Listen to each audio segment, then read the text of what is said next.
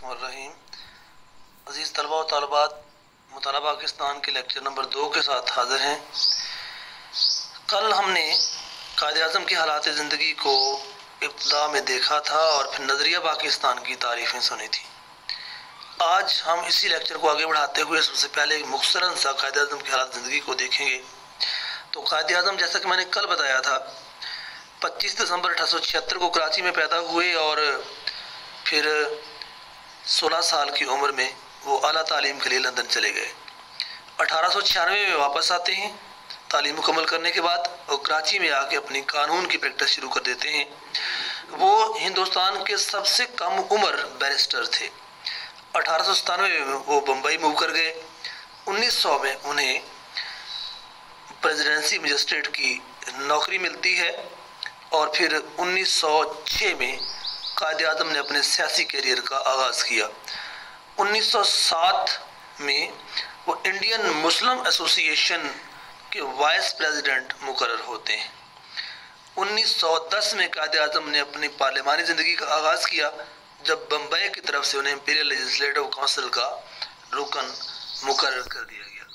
1910 से 1912 तक कायद-ए-आज़म अगरचे मुस्लिम लीग के बाकायदा रुकन नहीं थे, लेकिन इसके बावजूद उन्हें मुस्लिम लीग के काउंसिल के जो सालाना इजलास होते हैं उनमें बुलाया जाता, उनकी तकारीर सुनी जाती। 1913 में कायद-ए-आज़म जो थे वो बाकायदा तौर पे मुस्लिम लीग में शामिल हुए और इसका सेहरा उनकी शमूलियत का सेहरा मौलाना मोहम्मद अली जौहर और उस वक्त के मुस्लिम लीग के जनरल सेक्रेटरी वज़ीर हसन के सर जाता है। उन्होंने उनको कायल किया कि आप मुस्लिम लीग में शामिल हों। तो अब हमने देखना ये है कि उनका नज़रिया क्या था। कायद-ए-आज़म और नज़रिया पाकिस्तान, हमारा मुताला पाकिस्तान का जो पहला टॉपिक है उसको हमने देखना है। देखें, याद रखिए कि अजीम लीडर जो भी होता है वो अजीम नज़रियात पेश करता है और अपनी कौम को अजीम बनाने की कोशिश करता है। तो कायद-ए-आज़म भी एक अजीम रहनुमा थे। उन्होंने अपने अजीम नज़रियात को अपने अल्फाज में, अपने खिताबात में पेश किया। तो कायद-ए-आज़म और नज़रिया पाकिस्तान, तो वो शख्स जिसने उम्मत मुस्लिमा को महफूज तरीके से अपनी मंजिल पे पहुँचाया उसका नाम कायद-ए-आज़म मोहम्मद अली जनाब। तो उनका जो किताब में दर्ज पहला फरमान है वो ये है कि पाकिस्तान तो उसी रोज़ वजूद में आ गया था जब पहला हिंदू मुसलमान हुआ था। अब एक हिंदू के मुसलमान होने से पाकिस्तान कैसे वजूद में आ गया, ये याद रखिए। जब भी कोई नया नज़रिया लेकर, कोई नया मज़हब लेकर, कोई नया रास्ता लेकर कोई शख्स चलता है तो आहिस्ता आहिस्ता उसके नज़रियात को कबूल किया जाता है।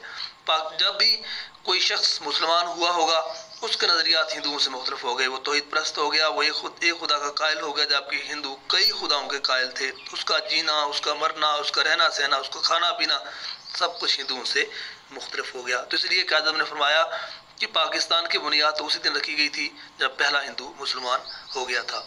उसके बाद दूसरा फरमान उनका दर्ज है जो 1943 में उन्होंने सालाना इजलास कराची में जो मुस्लिम लीग का हुआ उसमें उन्होंने दिया था। उन्होंने फरमाया था, उनका कहना यह था कि वो कौन सा रिश्ता है जिससे मुंसलिक होने से मुसलमान जस्ते वाहिद की तरह हैं।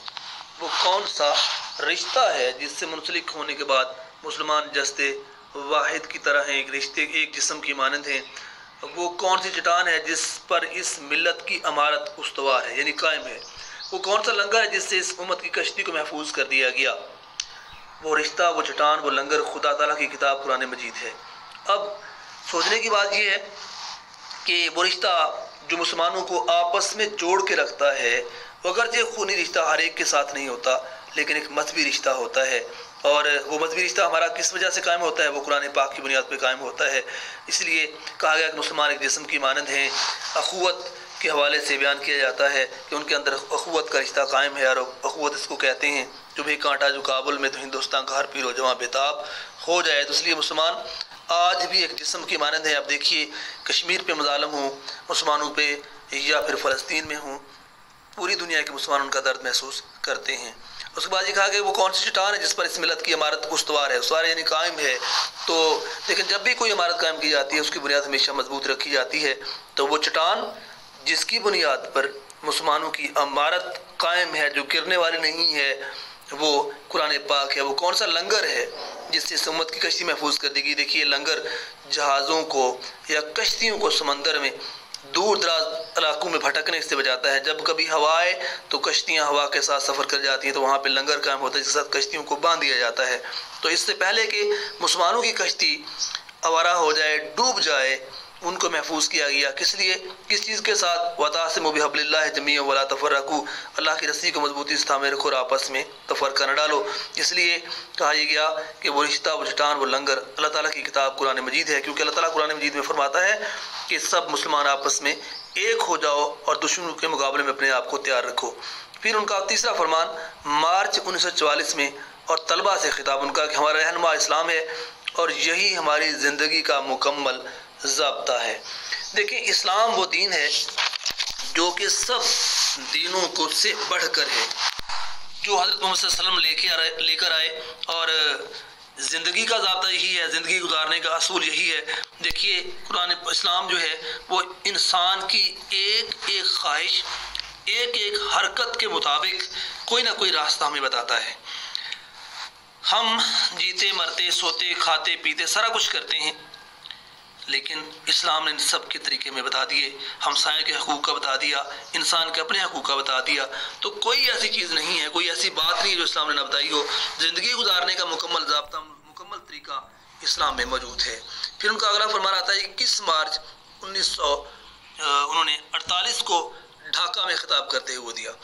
अब ढाका में कायदे आज़म इसलिए गए थे कि उस वक्त वहाँ पे ज़ुबान की बुनियाद पर सूबाइयत परस्ती की लहर चल रही थी, और कायदे आज़म ने वहाँ पे जाके ढाका यूनिवर्सिटी में उस वक्त खिताब किया था। फरमाया था कि मैं चाहता हूँ कि आप सिंधी, बलोची, पंजाबी, पठान और बंगाली बनकर बात न करें। ये कहने में आखिर क्या फ़ायदा है कि हम पंजाबी, सिंधी या पठान हैं, हम तो बस मुसलमान हैं। तो आपने कोई उस सूबाइयत परस्ती की नफ़ी की, आपने ये फरमा दिया कि एक होने में, एक मुसलमान होने में और एक पाकिस्तानी होने में हमें फ़ख्र करना चाहिए। तो अगर सिंधी की बुनियाद पर, बलोची की बुनियाद पर, पंजाबी की बुनियाद पर, पठान और बंगाली बनकर हम बात करेंगे तो सूबाइयत परस्ती सामने आएगी। जबकि हमने यकजान होना है, हमने पंजाबी, सिंधी, पठान बन के बात नहीं करनी, बल्कि हमारा दीन हमें ये बताता है कि हम सब मुसलमान हैं।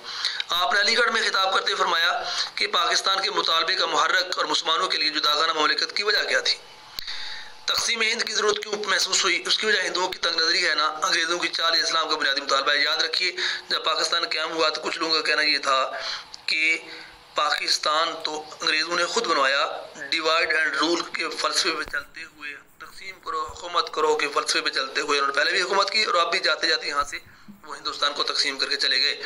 तो और कुछ लोगों का ये ख्याल था कि हिंदुओं की तंग नज़री की वजह से पाकिस्तान बना। अब ये भी ये हकीकत है कि हिंदुओं की तंग नज़री भी थी, लेकिन पाकिस्तान के मुतालबे का मुहर्रक कुछ और था। पाकिस्तान का मुतालबा मुसलमानों ने क्यों किया? अपने लिए अलग मुमलिकत, अलग रियासत की बात क्यों की? कायदे आज़म का कहना ये है कि ये इस्लाम का बुनियादी मुतालबा है कि मुसलमान कभी किसी और के सामने महकूम बन के नहीं रह सकता।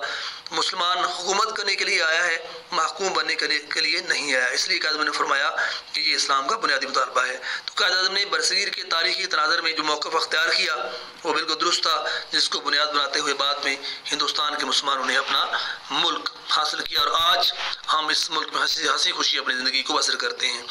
तो दूसरा सबसे बड़ा मुफक्कर जिसने पाकिस्तान के बारे में अपने नज़रियात का इज़हार किया वो अल्लामा मोहम्मद इकबाल हैं। उनका नज़रिया यहाँ पे नज़रिया पाकिस्तान का दर्ज है बुक में, ये हमेशा शॉर्ट क्वेश्चन की शक्ल में आता है, लॉन्ग क्वेश्चन की शक्ल में ये कभी नहीं आता। तो अल्लामा इकबाल ने 1938 में खुतबा इलाहाबाद दिया, जब हिंदुस्तान के अक्सर बड़े जो रहनुमा थे तमाम सियासी जमातों के, वो गए हुए थे लंदन में गोल बिजनेस कॉन्फ्रेंस में शिरकत करने के लिए। तो उस वक्त हिंदुस्तान में कोई बड़ा लीडर नहीं था, तो अल्लामा मोहम्मद इकबाल को मुस्लिम लीग का प्रेसिडेंट बनाया गया। उन्होंने सदारती खुतबा दिया और उस खुतबे में उन्होंने फरमाया कि इंडिया एक बरसगीर है, एक मुल्क नहीं है जहाँ मुख्तलिफ मज़ाहब से ताल्लुक़ रखने वाले, मुख्तलिफ ज़बानें बोलने वाले लोग रहते हैं। मुस्लिम कौम अपनी जुदागाना मजहबी और सकाफ़ती पहचान रखती है। यानी हिंदुस्तान ना तो कोई एक मुल्क है, ना ही यहाँ पे एक मज़हब के मानने वाले लोग हैं, यहाँ पे मुख्तलिफ ज़बानें बोलने वाले लोग भी रहते हैं। मुस्लिम कौम उनमें सबसे मुख्तलिफ है। इसी खुतबे में आपने इरशाद फरमाया था कि और नहीं तो कम से कम हिंदुस्तान के शुमाल मगरब में पंजाब, सिंध, सरहद और बलूचिस्तान को मिलाकर एक रियासत कायम कर दी जाए जो मुसलमानों का मुकद्दर हो। तो कायदे आज़म अल्लामा इकबाल का ये नज़रिया जो है वो दुनिया के लिए एक पैगाम था कि मुस्तकबिल में एक नई मुस्लिम रियासत कायम होने जा रही है। अल्लाह हाफिज़।